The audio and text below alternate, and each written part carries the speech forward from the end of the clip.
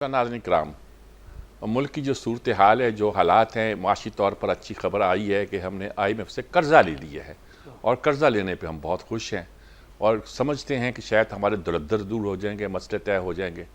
लेकिन ख़ुद ही हमने कह दिया कि महंगाई बढ़ेगी, कुछ और मसाइल पैदा होंगे और ये भी कह दिया कि अगर आइंदा 3 साल में हमने अपने हालात को ठीक ना किया और दोबारा हमें ये कर्ज़े लेना पड़ा, IMF में जाना पड़ा, तो ये हमारे लिए बड़ी ज़िल्लत की बात होगी और हमारे लिए बड़े मसाइल पैदा होंगे।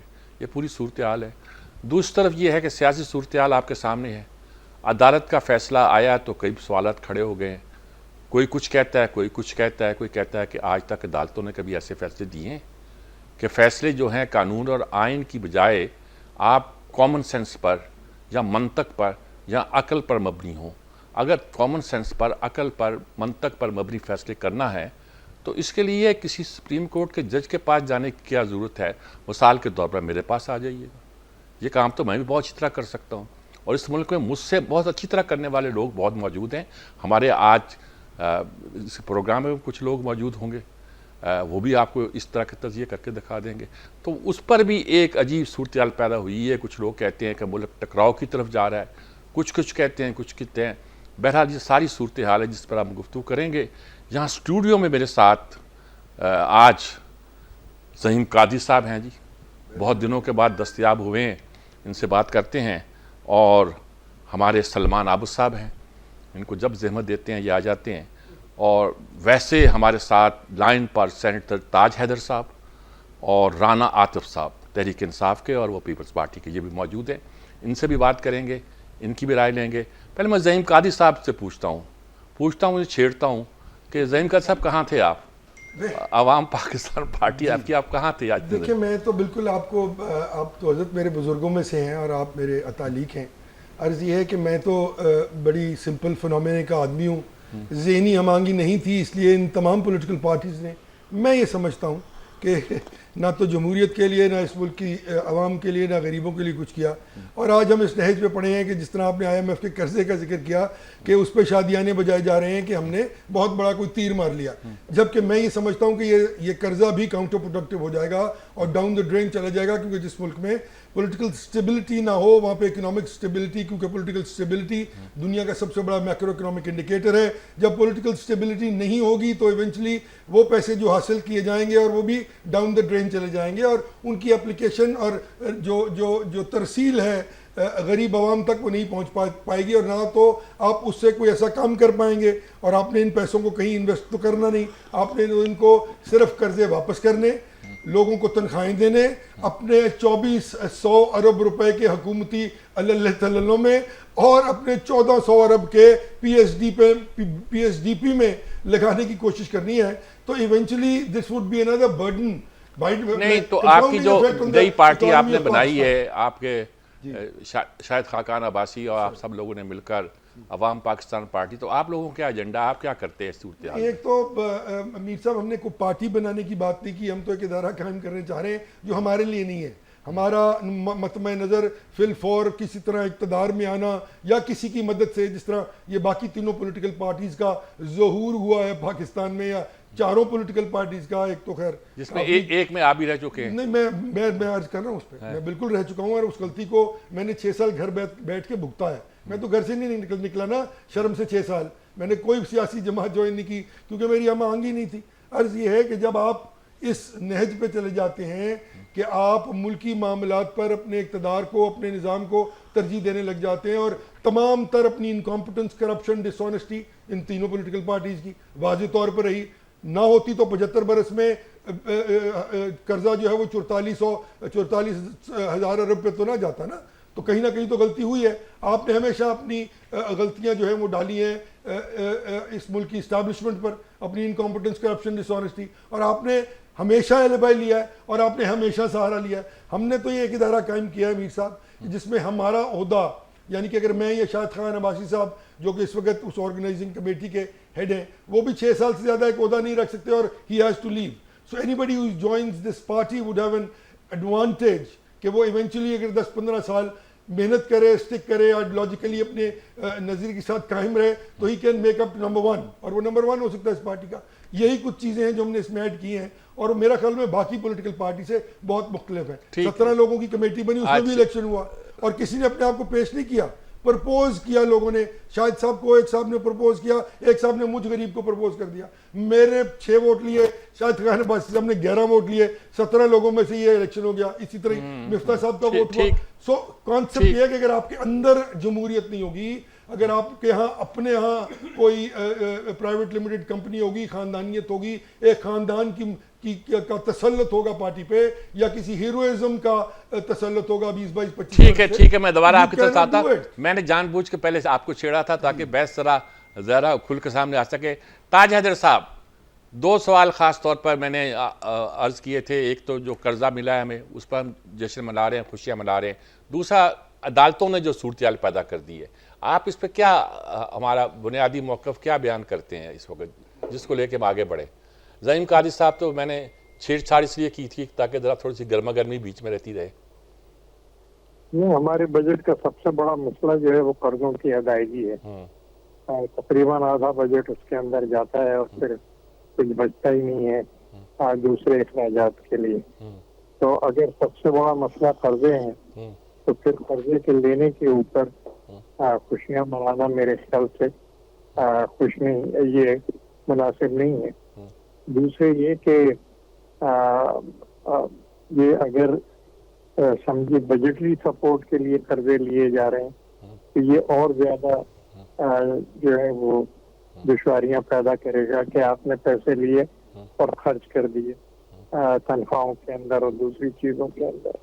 डेवलपमेंट के लिए फिर भी बात समझ में आती है, जैसे वर्ल्ड बैंक वगैरह के होते हैं कर्जे कि आपने वो डेवलपमेंट के लिए ले लिए। और उससे भी बड़ा जो हमारे ऊपर वो मुल्की कर्जों का है, जो कि हमने 22 और 25% पे लिए हुए हैं और उनकी डेट सर्विसिंग कोई 5 बिलियन सालाना के करीब आ रही है। तो इसका हल निकालना चाहिए कि किस तरीके से कर्जों की निजात मिले, बजाय इसके कि खुशियां मनाई जाएं कि एक नया कर्जा जो है वो हमें मिल गया। ठीक बात। दूसरा सवाल मैं फिर आपसे बाद में पूछता हूं, वो जो अदालत के फैसले आए हैं। राना आतिफ साहब, आप क्या कहेंगे? कर्जों की बैच छिड़ गई है, ज़हीम कादिर साहब ने छेड़ी है, हमारे ताज हैदर साहब ने भी छेड़ी है, ये दोनों मुतमईन नहीं है। आप क्या कहेंगे कि IMF के पास ना जाते तो क्या करते हम? जी सलमान साहब, आप देखिए मीर साहब, बात यह है कि ऑप्शन क्या है आपके पास IMF के ना जाने के, उसके बजाय बगैर हमने कई नारे लगाए हैं IMF से जान छुड़ाने के। इमरान खान साहब ने भी लगाए, नवाज शरीफ साहब ने भी एक माजी में कर्ज उतारो मुल्क सवारों के नारे लगाए, बाकी लोग भी आके यही कुछ कहते रहे। लेकिन सवाल ये कि अगर आपने IMF से बाहर निकलना है तो आपको अपने तौर तरीके बदलने होंगे, आपको अपनी दाखिली मईशत को मजबूत बनाना होगा, अपने नॉन डेवलपमेंट एक्सपेंडिचर को कम करना होगा, इंडस्ट्री को ग्रो करना होगा, छोटी बड़ी इंडस्ट्री को, और इंस्टीट्यूशन की रीस्ट्रक्चरिंग करनी पड़ेगी। ना हम FBR को छेड़ते हैं, ना हम जुडिशल रिफॉर्म्स की तरफ जाते हैं, ना हम पुलिस रिफॉर्म्स की तरफ जाते हैं, ना हम ब्यूरोक्रेसी की रिफॉर्म्स की तरफ जाते हैं, ना ताजिरों और सनतकारों पर जब टैक्स लगाने की बातें करते हैं तो हम सियासी समझौते कर लेते हैं। और फिर हमारी ख्वाहिश ये होती है कि जनाब हमने IMF से बाहर निकलना है। अच्छा, फिर नारे इस तरह से लगाते हैं कि जैसे पता नहीं हमारी मईशत कहाँ पहुँच गई है, और बिल्कुल हम गोल के बिल्कुल डी के करीब आ गए और गोल करने वाले हैं। और हालत ये होती है कि इस वक्त हम 1-1 अरब डॉलर के जो है ना मकरूज हो जाते हैं और हम सऊदी अरब से रिक्वेस्ट करते हैं। तो अगर आपने वाकई IMF से जान छुड़ानी है तो फिर जो अपने तौर तरीकों को बदले, रीस्ट्रक्चरिंग करें, अपनी रिफॉर्म्स की तरफ तवज्जो दें, और ख़ास तौर पे ये जो नॉन डेवलपमेंट एक्सपेंडिचर्स और जो डेवलपमेंट एक्सपेंडिचर के नाम पे भी जो तरक्याती अखराजात के नाम पर जो पूरा खेल खेला जा रहा है पाकिस्तान के अंदर, ये बंद होना चाहिए। मुझे आप बताइए ना, इस वक्त जिस वक्त पाकिस्तान की मईशत बहुत बुरे तरीके से इस वक्त हालत में है, बीमारी की हालत में है, वेंटिलेटर पे है, और हम जरा अपने डेवलपमेंट प्रोजेक्ट्स को देखें जरा, किस किस्म के शहाना किस्म के प्रोजेक्ट्स हम बना रहे हैं। और भाई अगर ये नहीं बनेंगे 1-2-3-4 साल तो कुछ नहीं आने वाला पाकिस्तान को। तो बुनियादी तौर पे आप अपने तौर तरीके ठीक करें, पॉलिटिकल इकॉनमी की बात करें।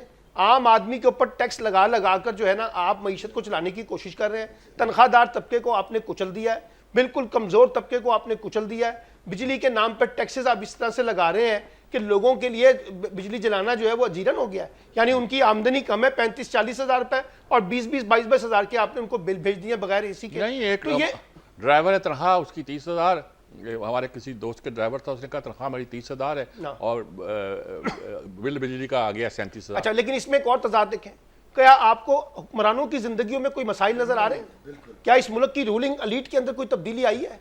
क्या इस रूलिंग अलीट ने क्या अपने तौर तरीके, अपनी हुक्मरानी के निज़ाम को सुकेड़ा है? तो इसलिए मैं ये कहता हूं कि IMF से बाहर निकलना एक अच्छी बात है, हम सब चाहेंगे, लेकिन उसके लिए जो होमवर्क पाकिस्तान के अंदर होना चाहिए और वो ऊपर से लेकर नीचे तक, अगर वो नहीं होगा तो फिर ये सारे जज्बाती बात है। ये राना आतफ साहब शायद लाइन पे मौजूद है हमारे साथ। राना साहब, हम यही बात कर रहे हैं, 2 सवाल किए थे लेकिन एक सवाल पर हम गुफ्तगू कर रहे हैं इस वक्त, वो ये है, ये जो कर्जे IMF से हमने लिए हैं, सारे दोस्त कहते हैं कि अगर हमने मुनासिब तौर पर इनका इस्तेमाल ना किया शायद इसके बगैर चारा भी नहीं था, लेकिन यह है कि हम मजीद दलदल में फंसते जा रहे हैं। क्या कहेंगे आप? देखिए, बिस्मिल्लाहिर्रहमानिर्रहीम। सजाद मीर साहब, वो गालिब का एक शेर है ना कि कर्ज की पीते थे मैं और समझते थे कि रंग लाएगी हमारी फाका मस्ती एक दिन। मसला ये है कि अभी मेरे जो मोअज़्ज़ज़ दोस्तों इन्होंने बात की है, देखें एक फ्लो चार्ट होता है आप किसी भी मुल्क के अंदर, एक फ्लो चार्ट होता है चीजों को डील करने का। वो पहला फ्लो, उसमें पहली चीज जो आती है वो है आइन और कानून की हुक्मरानी। जब आइन और कानून की हुक्मरानी आती है तो उसकी वजह से एक सियासी इस्तेकामत, जब सियासी इस्तेकाम आता है तो उससे फिर मुआशी इस्तेकाम आता है। वो बेसिकली हमारा मसला ये है कि हम घोड़े को पीछे बांध रहे हैं और जो काट है हम उसको आगे बांध रहे हैं। ठीक है, दुनिया में मुझे आप एक मुल्क बताएं जिस मुल्क में जो आईनी और कानूनी इस्तेकाम ना हो और उस मुल्क में सियासी और मुआशी इस्तेकाम हो। तो पहला तो हमारा जो मसला है वो ये है। जहां तक अगली बात आपने जो बात की कि ये कर्जों की, मैं आपको एक फिगर देता हूँ कि ये जो करंट हुकूमत है, ये जो PDM2 है, इन्होंने जब से ये आए हैं ये औसतन ये 56 अरब रुपए रोजाना के हिसाब से कर्जा ले रहे हैं। जो पिछले महीने के जो फिगर हैं, पिछले एक माह के अंदर इन्होंने 1731 अरब रुपए का कर्जा लिया है। और ये जो टैक्सों की भरमार की गई है, मैं आपको बात बताऊं कि ये बात करते हैं ये महंगाई नीचे आ रही है, महंगाई नीचे आई है। आप जरा जाके देखें तो सही आम आदमी किन हालात में जिंदगी गुजार रहा है। इन्होंने पेट्रोलियम लेवी इस साल 1200 अरब रुपया इन्होंने पेट्रोलियम लेवी से इकट्ठा करना है, जो पिछले साल 800 अरब रुपया था। 80 रुपए लीटर पेट्रोलियम लेवी है। सो मैं कहने की मैं कोशिश ये कर रहा हूँ, लेकिन इसमें मसला ये है कि ये जो हुकूमत है, एक हुकूमत जो होती है जमहूरियत में और पार्लियामेंट्री डेमोक्रेसी और जो आईनी जमहूरियत होती है, उसमें होता यह है कि जो हुकूमत होती है वो लोगों के वोटों से मुंतखब आती है और वो अकाउंटेबल होती है लोगों के सामने। जब आप आई फॉर्म 47 के ऊपर हैं, जब आपको पता है कि आप तो अकाउंटेबल हैं ही किसी को नहीं, तो फिर आपको क्या फर्क पड़ता है कि कर्जे कहाँ जाते हैं कहाँ नहीं जाते। ये चलिए, आपकी बात इतनी मुकम्मल हुई, आगे भी इंशाल्लाह दोबारा भी आपसे बात करते हैं। एक वक्फा लेते हैं नाज़रीन किराम, और वक्फे के बाद इस सवाल को भी देखेंगे और ये भी देखेंगे कि जो फैसला आया है, कुछ लोगों का ख्याल है कि इससे और तसादम बढ़ेगा, कुछ लोगों का ख्याल है कि रास्ते पे एक ट्रैक पे मामला पड़ गया है, पता नहीं। मैं ताज हाजिर साहब से पूछूंगा, फिर आगे चलते हैं। एक वक्फे के बाद हाजिर होते हैं। जी नाज़रीन किराम, एक तो कर्ज़ों का मसला मैंने अर्ज़ किया था, दूसरा मसला ये है कि जो हालिया फैसला आया है और इस फैसले के नतीजे के तौर पर जो बहुत सी चेमगोइयाँ हो रही हैं, पार्लियामेंट का इजलास भी कल होना है, पार्लियामेंट का नहीं कौमी असम्बली का, और कुछ ख्याल है कि शायद उसमें बड़ी धुआंधार तकरीरें भी हों। कुछ उसका इस तरह इंटरप्रेट करते हैं कि शायद हम टकराव की तरफ जा रहे हैं। मैं कुछ नहीं कहता। ताज हैदर साहब, आप इस फैसले को कैसे देखते हैं? देखिए, हमारी तरजीहात जो है वो अवाम के मसाइल हैं और हम उसके अंदर हैं। अभी तक तो आपने देखा है कोई कमेंट भी इस फैसले पे नहीं आया है और ये जो है वो ठीक है, जो पार्टियां हैं आपस में लड़ी जा रही हैं, एक उलझी हुई सिचुएशन थी, शायद उसको फिर से सुलझाने की कोशिश की गई है। बहरहाल ये और मेरी जाती राय ये है, तो वैसे तो पार्टी के कानूनी माहिरीन इस पे कोई राय देंगे। जाती राय मेरी ये है कि ये एक ऐसी मिसाल कायम हो रही है कि इसमें पार्टियों की तरफ से जो है वो, बल्कि ये बात शुरू हो गई है कि इलेक्शन कमीशन के लिए तौहीन आमेज बातें करना और ये जो हमारा इलेक्टोरल लॉ है उसकी परवाह न करना कि नहीं जी ठीक है, बाद में हम सुप्रीम कोर्ट से ठीक करा लेंगे, लिस्ट अगर नहीं दी इत्यादि। तो ये तमाम चीजें जो हैं, ये एक सरसरी सी मैं बात कर रहा हूँ। जैसा कि मैंने पहले कहा कि हमारी तरजीह जो है वो लोगों के माशी मसाइल और लोगों के हालात हैं। ये जो कुछ हो रहा है ये ठीक है, दो पार्टियां हैं आपस में लड़ रही, वो लड़ती रहे। ठीक बात जी। हमारे ज़हीम कादरी साहब क्या कहेंगे आप? देखिए जी, एक तो ताज हैदर साहब मेरे बुजुर्ग हैं, सीटें तो इनको भी मिली थी, लड़ना तो इनको भी चाहिए किसी तरफ से, क्योंकि बहरहाल ये हुकूमत का हिस्सा है।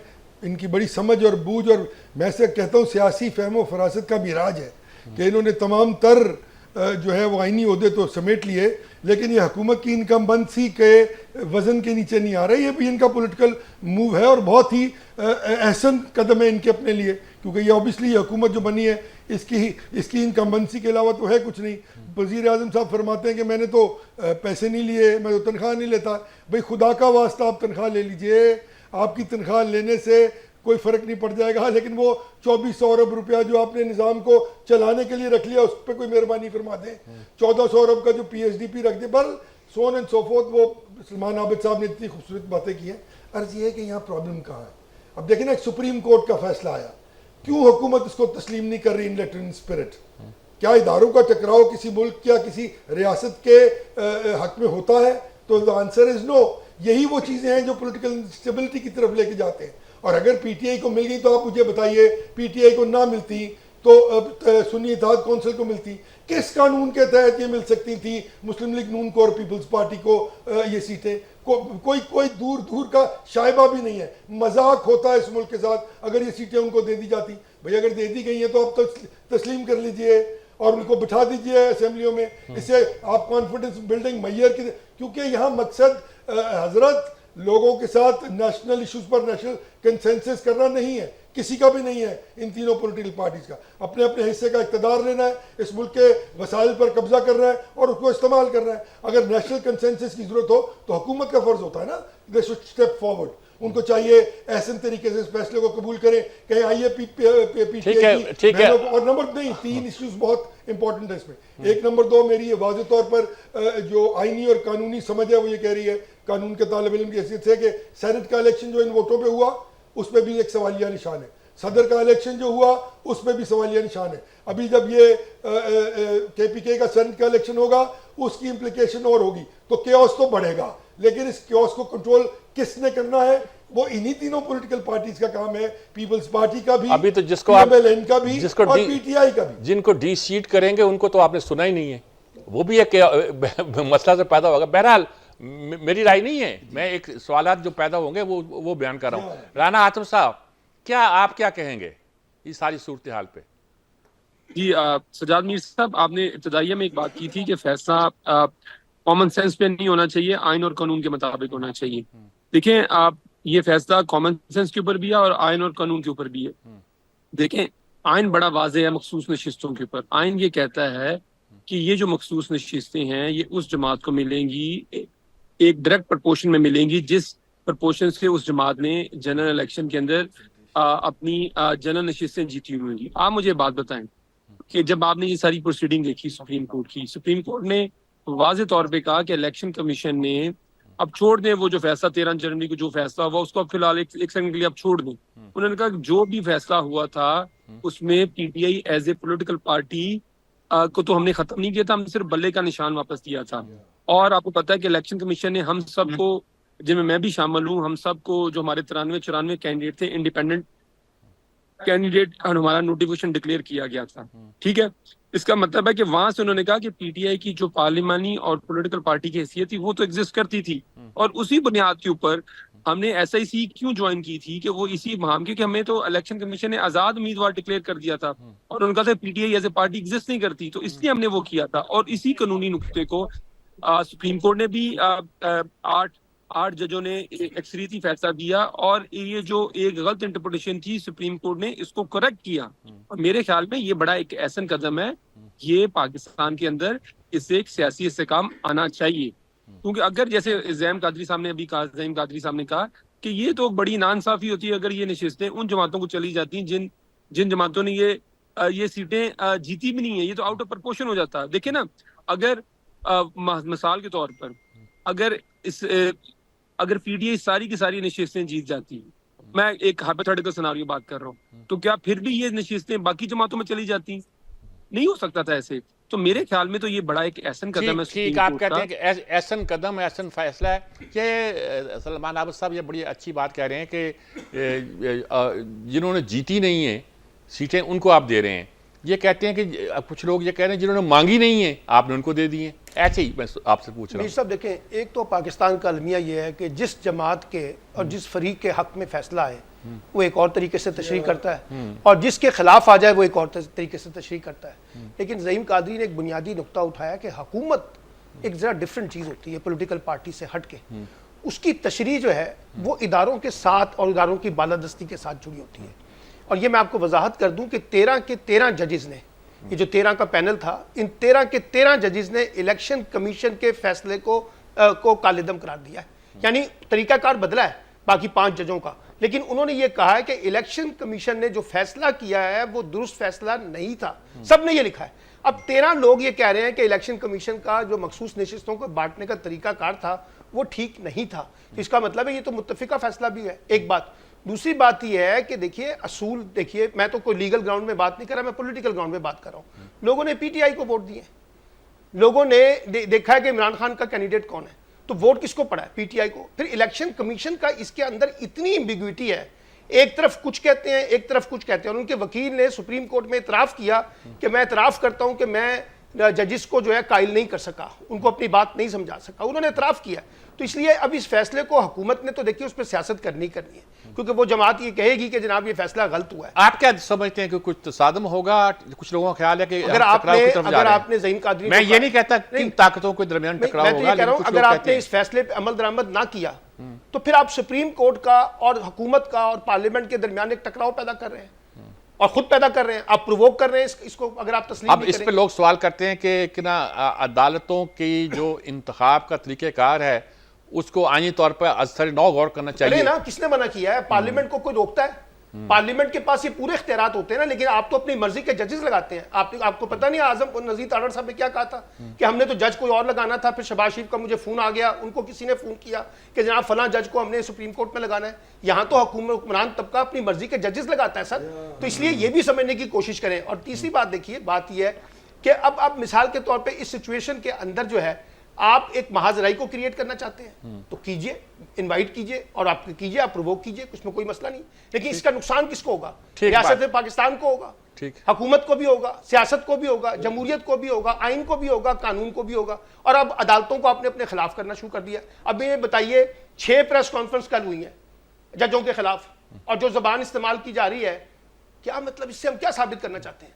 पहले हम पीटीआई के लोगों को कहते थे कि आप कुछ कह रहे हैं, अभी मुझे डर है कि पार्लियामेंट के अंदर क्या जबान इस्तेमाल होती है। सर करें ना, इसका अंदाजा नहीं है इसका मतलब है कि आप तसादम चाहते हैं ना। हाँ, ठीक, आप फैसले के ऊपर मनोन अमल नहीं करना चाहते कि फैसला मेरे खिलाफ भी आ जाएगा, तब भी मुझे तो कानून की बालादस्ती के सामने सरेंडर करना पड़ेगा। ठीक बात है सलमान आबद साहब, एक वक्फा लेते हैं, वक्फे के बाद हम कोशिश करते हैं कि जो सवालात हमारे सामने हैं उनके हल तलाश करने की कोशिश करें और देखें कि पाकिस्तान किस समझ जा रहा है। एक वक्फे के बाद हाजिर होते हैं। जनाब कराम, देखें हमारे यहाँ एक क्राइसिस तो मौजूद है। पार्लियामेंट जो फैसला आया है, कुछ हम एहतियात से बोल रहे हैं। परसों जब हमने उसी दिन प्रोग्राम किया था तो हमारे ज़्यादा कानूनदान भी उसमें शामिल थे, वो ज़्यादा ख़िलाफ़ बोल रहे थे कि ये फ़ैसला कानून के मुताबिक नहीं है। हत्ता कि शाइख उस्मानी साहब ने आगाज़ इस फिक्र से किया था कि ये फ़ैसला जो है सियासी तो है, कानूनी और आइनी नहीं है। जस्टिस शाइख उस्मानी बड़े मोतिल मिजाज के एक हमारे जज रहे हैं, उन्होंने ये बात की और आखिरी फिक्रा उनका ये था कि ये फ़ैसला जस्टिस मुनीर के फ़ैसले की तरह याद रखा जाएगा। एक तरफ ये पॉइंट ऑफ व्यू है और बहुत सीरियस कानूनदानों का पॉइंट ऑफ व्यू है। दूसरी तरफ ये पॉइंट ऑफ व्यू है कि जो अवाम की राय थी उस राय के मुताबिक फ़ैसला आ गया है और अब हमें इस पर अमल करना चाहिए, जैसे कि हमारे साथी अब कह रहे हैं। ताज हैदर साहब, मुझे बताइएगा, आप बड़े सोच समझ वाले आदमी हैं। पाकिस्तान इस वक्त ये सारी जो सूरत हाल पैदा हुई है, पैसे भी हमें ज़रूरत है, IMF के पास भी हम जा रहे हैं, हमारे फैसले जो हैं वो भी जो अदालतों से आ रहे हैं वो कुछ हमें पसंद नहीं आ रहे हैं। अदालतें भी बहुत वोकल हो रही हैं, हर चीज़ में बेल भी ले रही हैं, हर चीज़ में वो शिकायतें भी कर रही हैं कि हम पर एजेंसियां हाथ डाल रही हैं। ऐसा भी कभी नहीं हुआ था। ये सारी सूरत हाल मुल्क में पैदा क्या हो रही है कि एक टकराव किसी कैफियत नहीं है। अपने अंदर डिसिप्लिन पैदा करना होगा। पार्लियामेंट ने कानून पास किया, बहुत से कानून पार्लियामेंट पास करती है। इलेक्टोरल लॉ का कहा जो थे वो अमेंडमेंट वो पास किए, मशावरत से पास किए। जो कमेटी थी उसमें तहरीक इंसाफ की नुमाइंदगी, बैरिस्टर अली जफर की सतह के एक कानूनदान कर रहे थे। वो सब कुछ होने के बाद मेरे ख्याल से सही जरूरत तो ये है कि जो सियासी जमातें हैं वो उस कानून की पाबंदी करें और इस किस्म के मसाइल ना खड़ा करें कि जिनको ठीक करने के लिए आपको अदालत के अंदर खड़ा होना पड़े। यानी अगर सही नीयत के साथ कानून की पाबंदी की जाए तो फिर मामलात जो हैं वो काफी हद तक सुधर सकते हैं। दूसरे ये कि हमें अपनी तरजीहात मुतय्यन करनी होंगी कि हम इन बहसों में लगे रहेंगे और हालांकि तूफान जो है वो हमारे दरवाजों पे खटखटाता रहेगा। ये हुआ है कि लोग कानूनी बहसों के अंदर लगे हुए थे और हालांकि तूफान बगदाद के बाहर खड़ा हुआ था। या कि हम जो हमारे अवाम हैं जिनकी मसाइल मुश्किलात हैं उनके लिए कोई हल सोचें। जैसा कि मैंने पहले कहा था कि हमारी तरजीहात अवामी मसाइल, और हमने पिछले दिसंबर के अंदर अपने 10 पॉइंट लिख दिए थे कि हमारे नज़दीक ये हल। इसी तरीके से हमने अपने मैनिफेस्टो के अंदर तफसील से इन तमाम चीज़ों पर लिखा। कहीं भी मैनिफेस्टो के अंदर या 10 नुकात के अंदर IMF का नाम या बैरूनी कर्जे या अंदरूनी कर्जे का नाम नहीं है। जो वसाइल का हुसूल बताया गया है उसके अंदर कर्जे शामिल नहीं। ये बात नहीं है कि हम हर पे आखिर हैं और हम हर बात ठीक कह रहे हैं, लेकिन ये कि हम सही सिमत के अंदर सही सिमत ये कि अवाम के मसाइल हल किए जाएं और ये जो मामलात हैं उनके ऊपर कम से कम एक राय तो दी जाए कि ये चीज़ आपने सही कही है, इस चीज़ पे हम इस्तेमाल नहीं करते। लेकिन जो अफसोस की बात यह है वो ये कि आप उसमें हमारा डिसिप्लिन नहीं है और हमारी तरजीहात जो हैं वो अवामी तरजीहात हमारी नहीं है। ठीक है, सोचना पड़ेगा और अगर हम ये नहीं करते तो फिर हर मामले के अंदर गड़बड़ जो है वो होती रहेगी। जी ज़हीम कादरी साहब, आपका जो इकनॉमिक माइंड है, आपकी आप ग्रुप कहते हैं, पार्टी कह लीजिए, कुछ कह लीजिए, मुफ्ता इस्माइल साहब, वो तो IMF के पास जाने को बस मरे जाते हैं। नहीं, बिल्कुल नहीं। उनका रिकॉर्डबाजी का यही रहा है। कह रहे थे कि जब पिछली दफा हम गए थे तो हमने देर की थी। हम गए, PTI की हुकूमत में गए और उसका एक नुकसान हुआ, देर करने का नुकसान हुआ, और वो एडवांटेजेस जो हमें कम शरह सूद और दीगर मामलात में मिलनी थी वो नहीं मिली। और फिर हमने जब अब गए हैं तो इस वक्त भी हम ये कह रहे थे कि नेगोशिएशन का अमल मुख्तलिफ तरीक़ों से होना चाहिए था। अगर आप वहाँ पे एग्रीकल्चर टैक्स की बात कर लेते, अगर आप टैक्स नेट में मजीद लोगों को लाकर जो बिजनेसमैन है उनके टैक्सेस और ये मिडिल क्लास के टैक्सेस से निकलने करने को डिस्कस कर लेते तो it would have been a viable proposition. आपने तो तनख्वाहदार मुलाजिम को कत्ल कर दिया ना जी। आपने तो खुद टैक्स नहीं लगा सके, ताजरों पर लगा सके, एग्रीकल्चर पर लगा सके। ये बात आज के सिटिंग फाइनेंस मिनिस्टर ने कही कि अगर मुफ्ता इस्माइल साहब के कहने पे उस वक्त जो दुकानदारों और कारोबारी हजरात पर जो टैक्सेस की मद लगाई जा रही थी और मुफ्ता इस्माइल कह रहे थे कि वो लगानी चाहिए, तो आज हमारे ये मसाइल ना होते जो आज हैं। ये सिटिंग फाइनेंस मिनिस्टर ने अपनी फाइनेंस की तकरीर में ऑनलाइन ऑन द रिकॉर्ड कहा। तो हम तो बड़े क्लियर थे कि अगर आप ये तमाम टैक्सेस लगा देते, वो एग्रीकल्चर टैक्स की मद में पैसे इकट्ठे कर लेते, वो 2400 अरब रुपया जिसको हम कह रहे थे पिछले 3.5 बरस से कि इसको ख़त्म कर दीजिए, 1400 अरब रुपये का PSDP हजरत कोई ज़रूरत नहीं है। आप 2 साल के लिए ब्लॉक कर दें development, obviously it plays a very vital role in growth rate, but आपकी पोजीशन नहीं है। अब आप जो कर्जे लेने जाते हैं वो अगर इन कर्जों को आपने कम ना किया तो आपके कर्जों का जो फाइनेंशियल फिस्कल इम्पैक्ट है उसकी डेवलपमेंट बजट से कम करना, नॉन डेवलपमेंट बजट कम क्यों ना करें? ये बेतहाशा महकमे दोनों करें ना जी। आपको दोनों करने हैं, आपके हालात ऐसे नहीं है ये 2400 अरब रुपए को आप लाएं 1000 अरब रुपए पे, आप कट डाउन करें तो 1400 अरब रुपए, इसमें से ये 1400 अरब रुपया जो आपने PSDP के लिए रखा है उसको आप कैलकुलेट करके ट्रिम डाउन करें और उसमें से भी 6-7 अरब की जो है वो कटौती करें, तो आपको वो टैक्स जो आप तनख्वाहदार मुलाजिम से। और नंबर 2, मुझे आप ये बताइए कि आप तो आज तक, ये मेरे भाई ने PTI के जो दोस्त बैठे इन्होंने कहा जी बहुत बड़ी गवर्नमेंट लेवी 68 रुपीज़ पर लीटर पूरी दुनिया में है कहीं, क्योंकि आप डायरेक्ट टैक्सेशन इकट्ठी करने में नाकाम रहे हैं हमेशा, और जो टारगेट्स जो कि ऑब्वियसली बहुत ज़्यादा ओवर एम्बिशियस होते हैं आपके, आप कभी भी पूरे करने में कामयाब नहीं हुए होते, तो आपने वो इनडायरेक्ट टैक्सेशन को डायरेक्टली आपने लोगों के साथ कन्वे कर दिया डायरेक्ट टैक्सेशन की मद में। प्रॉब्लम कहाँ है कि आप किसी चीज पर मुत्तफिक होने को तैयार नहीं है ना। टैक्स लेवी भी मतलब यह है कि जो सूबों में तकसीम भी नहीं होगा जी, वो नहीं होगा, वो तो डिविजिबल पूल में सीधा, नहीं आएगा, यानी कि हम it will go to the centre. So ना माय हम्बल सबमिशन इज कि पंजाब, शहबाज शरीफ साहब ने बड़ी याशी की, अरबों रुपए आते थे, खर्चते थे, रोजी पिक्चर्स, सड़कें, पुल और जनाब हुकूमत और वोट, वो अब बात नहीं होनी चाहिए ना, ये तो आपने कर लिया। चलिए ठीक है, पैसे कमा के लगाने अब दोबारा आएंगे आपके पास। अब ये बात करते हैं जी, राना आतिफ साहब ये कहते हैं कि कोई डेवलपमेंट बजट ही होना चाहिए, कोई तरक्याती बजट ही होना चाहिए, कम होना चाहिए। मैं कहता हूं कि नॉन डेवलपमेंट बजट तो कम से कम आधा रह जाना चाहिए जी। बेशुमार महकमे ऐसे हैं जो कुछ नहीं करते जी। कुछ तो लोग ये तक कहते हैं कि जो हमारा प्लानिंग कमीशन है, इंडिया ने तो प्लानिंग कमीशन अपना ख़त्म कर लिया, ये क्या रोल अदा कर रहा है।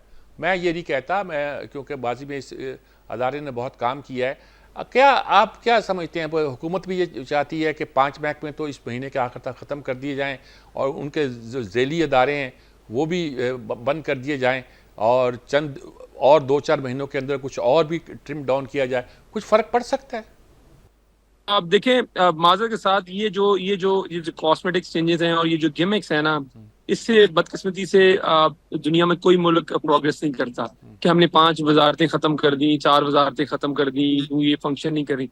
बुनियादी मसला क्या है? देखिए, इसमें बुनियादी मसला ये है कि इस टाइम आपके मुल्क के अंदर जो GDP की ग्रोथ है वो बिल्कुल रुक चुकी है। तकरीबन इस साल का जो प्रोजेक्शन है मैंने 2.5-3% रखा हुआ है, और आपको पता है पिछले 2 सालों में जो पहला साल PDM का था, ये जो नूनी की गवर्नमेंट, पीपल्स पार्टी जो दोनों की हुकूमत थी, उसमें आपकी नेगेटिव ग्रोथ थी। उससे अगले साल 2% ग्रोथ थी। तो इसका, और पाकिस्तान की पॉपुलेशन ग्रोथ है वो 2.5% है। इसका मतलब है कि 2.5% भी अगर आप ग्रो करें तो आपकी नेट ग्रोथ है वो नेगेटिव है। इस साल भी ये 3% प्रोजेक्ट कर रहे हैं, और GDP ग्रोथ आपकी 3% है, और आपकी जो टैक्स कलेक्शन में जो ग्रोथ हो रही है वो तकरीबन 30% है। सो देखें, ऐसे तो एक मुल्क नहीं चलते। और वो भी जैसे ज़हीम कादरी साहब ने दुरुस्त फरमाया कि वो सारे का सारा इंडायरेक्ट टैक्सेशन के ऊपर ज्यादा एम्फेसिस है। 70% जो आप टैक्स इकट्ठा करेंगे वो इनडायरेक्ट टैक्स होएगा। वो जो इनडायरेक्ट टैक्स होता है वो रिग्रेसिव होता है, वो अमीर और गरीब में तखसीस नहीं करता।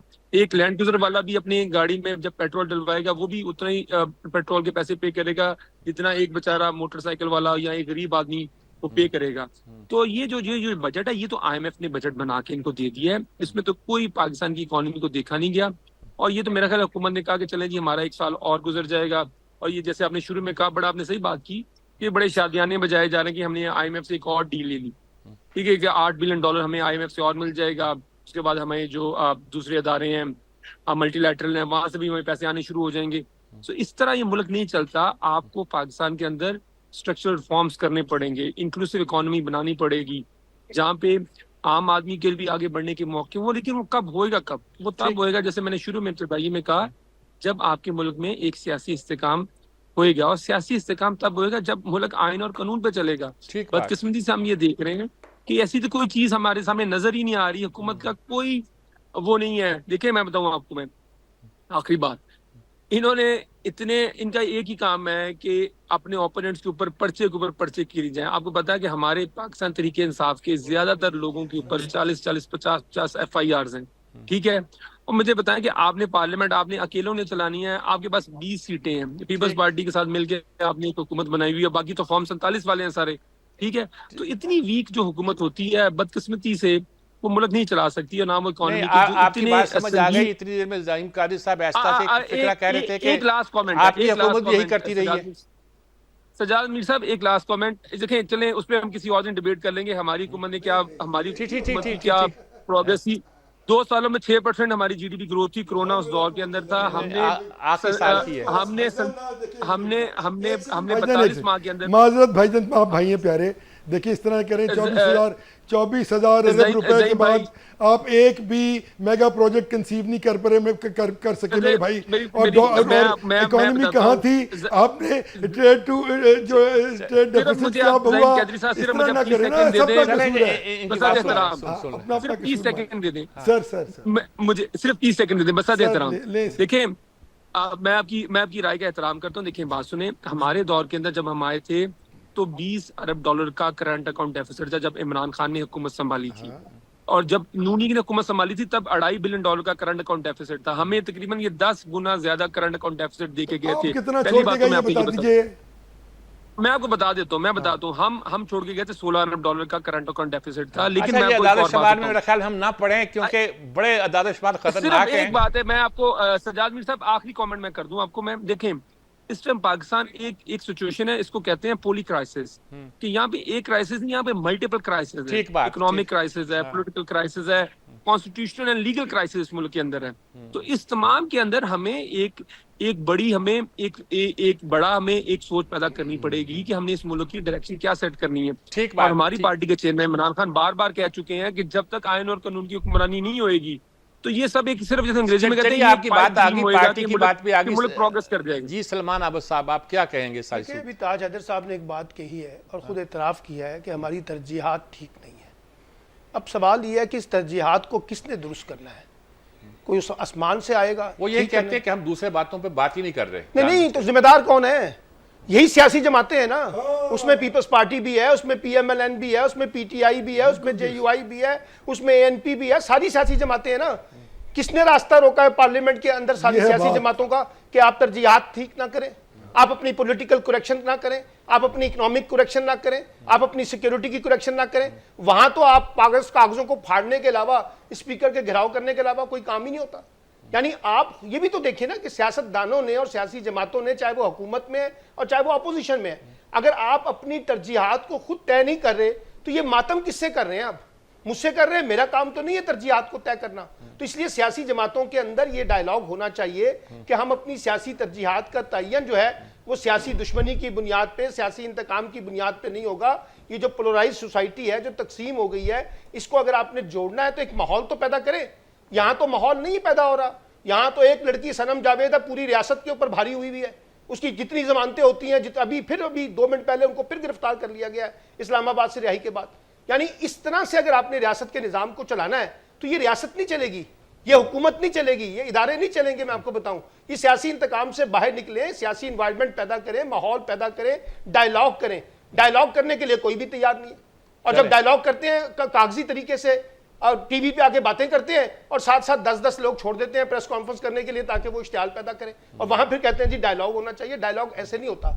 डायलॉग के लिए हुकूमत को एक माहौल पैदा करना होता है। चलें जनाब, नाज़रीन किराम, आप सारी गुफ्तगू सुनी। अब हम आखिरी सेगमेंट में कोशिश करेंगे कि रिजल्ट पे तो किसी पे पहुंचेंगे नहीं हम यकीनी तौर पर। मैं यही पूछूंगा अपने साथियों से कि आपके नज़र में हम किस तरफ जा रहे हैं और किस तरफ जाना चाहिए, एक ही सवाल। और इसी के साथ हम वक्फा लेते हैं, वक्फे के बाद हाजिर। नाज़रीन किराम, वक्त बहुत कम रह गया जी, मेरे अंदाजे से भी कम रह गया है। ताज हैदर साहब, क्या हल है? हम किधर जा रहे हैं और क्या करना चाहिए, बहुत मुख्तसर तौर पर? जो है वो इस इंतजार में बैठे हुए कि बाहर से इन्वेस्टमेंट आएगी। जो प्रॉब्लम का सोल्यूशन है वो है इन्वेस्टमेंट। आप इस इंतजार में बैठे हैं कि बाहर से आएगी, बाहर से नहीं आती। बिल्कुल ठीक बात। सीधी बात है, पब्लिक सेक्टर में इन्वेस्टमेंट की जाए। लियाकत अली खान ने यही किया, भुट्टो साहब ने यही किया, बेनजीर बीवी ने यही किया। और उसके बाद आती है प्राइवेट सेक्टर की इन्वेस्टमेंट। जब पब्लिक सेक्टर की इन्वेस्टमेंट आती है तो प्राइवेट सेक्टर के बाद आती है जो बाहर की इन्वेस्टमेंट है। खैर के एग्जाम्पल आपके सामने है कि किस तरीके से हुकूमत ने खुद इक्विटी अपनी 54% और उसके बाद प्राइवेट सेक्टर आगे आया, उसके बाद फॉरेन इन्वेस्टमेंट की लाइन लगी। ठीक है, आपकी बात है कि पहले हम यहाँ से करेंगे तो फिर बाहर की इन्वेस्टमेंट का सोचें। जी ज़हीन काजी साहब। जी बिल्कुल दुरुस्त फरमाया ताज हैदर साहब ने, लेकिन मेरे ख्याल में इसका पहले तो सियासी हल तलाश करना पड़ेगा। वो पॉलिटिकल कंसेंसस जो नेशनल इश्यूज़ के लिए ज़रूरी है। सबको अपनी अपनी जो ज़ातियात हैं, जो जंग है उससे बाहर निकलना होगा, मिलकर इस मुल्क का एक कंसेंसस देना पड़ा होगा।